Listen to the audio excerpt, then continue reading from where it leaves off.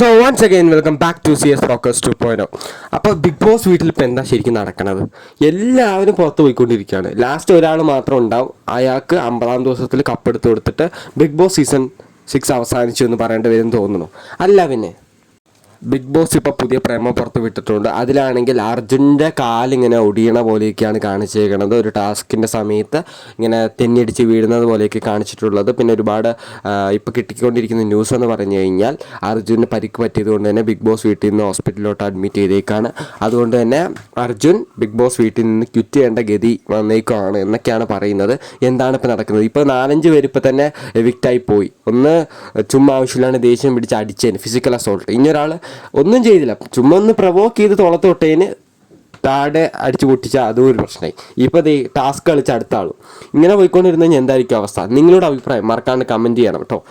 Big ബോസിൻ്റെ season 6 കുറിച്ച് നിങ്ങൾ കമൻറ്റ് ചെയ്യണേ. അത് മാത്രം പോരാ, ഈ ചാനലൊന്ന് മറക്കാണ്ട് സബ്സ്ക്രൈബ് ചെയ്യണം. അതുപോലെ തന്നെ അർജുൻ ഫാൻസ് ഉണ്ടെങ്കിൽ റെഡ് ആർട്ട് കമൻറ്റ് ചെയ്യാൻ മറക്കരുത്.